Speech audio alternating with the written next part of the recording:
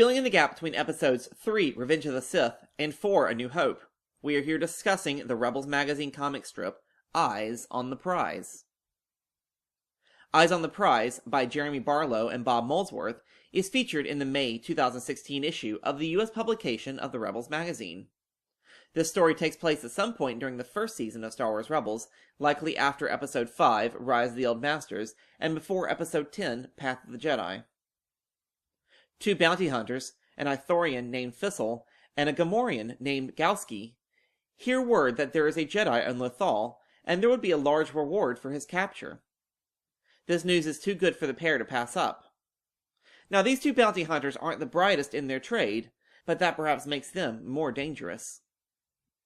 When they reach Lothal, they find Ezra and witness him flexing his Jedi muscles as he uses the Force to remove the rocks from a cave entrance. Not quite sure how old Ezra is, and even posturing the idea that the Jedi age backwards, they follow him into the cave.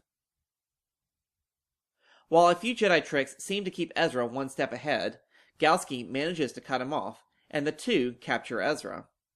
At this point, Kanan realizes Ezra is not with the crew of the Ghost and, sensing trouble, runs off to find him. It takes very little time for Kanan to find Ezra and free him from the bounty hunters. Using a Jedi mind trick, Kanan convinces the two that there are no Jedi on Lothal, and that they need to settle the score with the person who gave them the false information. This short comic captures the early relationship between Master and Apprentice well, as Ezra was eager to flex his Jedi muscles while still managing to get himself into trouble. There is no real overall canon impact from this comic strip, but it is fun to read to see all the challenges that they had to go through in between the episodes that were aired on TV. Thank you for watching. Be sure to subscribe to keep up with all the insight and analysis found here at Star Wars: The Canon Explained.